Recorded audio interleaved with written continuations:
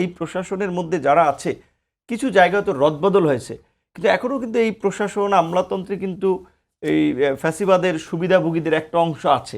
এখন এই যেমন গত পরশুদিন আন্তর্জাতিক অপরাধ ট্রাইব্যুনালে আমরা দেখলাম যে 23 সেনা কর্মকর্তার বিরুদ্ধে, যাদের মধ্যে আপনার 15-17 জন রানিং ঊর্ধ্বতন কর্তৃপক্ষ কর্মকর্তা, তাদের বিরুদ্ধে গ্রেপ্তারি পরোয়ানা জারি করেছে। কারণ তারা র্যাবে থাকতে কিংবা বিভিন্ন দায়িত্ব পালনে গুম, খুন, আয়নাঘরের রেখে নির্যাতনের মতো গুরুতর মানবতা বিরোধী অপরাধে ছিলেন।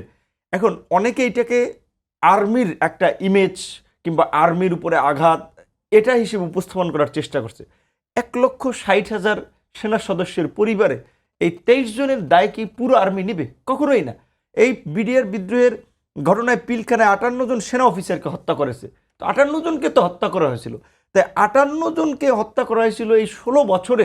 আমি তো মনে করি অন্তত 800 জন যদি ক্রাইমে জড়িত থাকে, তাও আর্মির পরিষ্কারভাবে বলা উচিত যে সেনাবাহিনী এই ধরনের কোনো অপরাধীদেরকে প্রশ্রয় দেয় না, ছাড় দেয় না। যেটা আবার আমরা সংবাদ সম্মেলনে দেখেছি, তারা কিন্তু ইতিমধ্যেই স্পষ্ট করেছে, হ্যাঁ, 15 জনকে তাদের সেনা হেফাজতে নিয়েছে।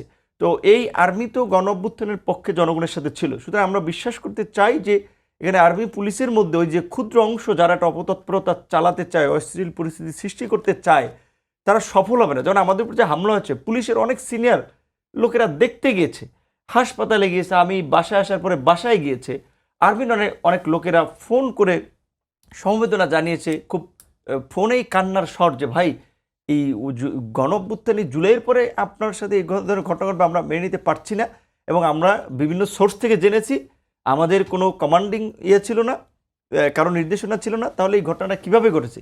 কেউ হয়তো এই ঘটনাটাকে ঘটাইয়ার একটা মানে প্রেক্ষাপট তৈরি করতে চেয়েছে, সেটা একটা বিচার বিভাগের তদন্ত হয়েছে, আর্মির ইন্টারনালিও শুনেছি যে কিছু ব্যবস্থা নিয়েছে, সেটা নেওয়া হয়ে থাকলে তো ওয়েলকাম। আমরা পরিষ্কারভাবে বলছি যে গণ অভ্যুত্থানের পরে ওই 111-এ তারেক রহমানকে টর্চারের পরে এইটা একটা বড় ঘটনা, জুলাইয়ের সময় এই ঘটনা হতে পারে না। সুতরাং এই ঘটনায় যারা জড়িত ছিল এটার একটা ফ্যাক্টস ফাইন্ডিং বের করতে হবে, কোন উদ্দেশ্য থেকে কারা জড়িত ছিল। কারণ আপনারা এই বিভিন্ন টেলিভিশনে তো দেখেছে ফুটেজগুলো, যেভাবে আমার উপরে একটা আক্রমণ করছিল, এটা একেবারেই হত্যা চেষ্টার উদ্দেশ্যে। এবং পল্টন থানার ওসি ড্রাইভার সিভিল আপনার ড্রেসে সেও এই আক্রমণের পার্ট হয়েছিল।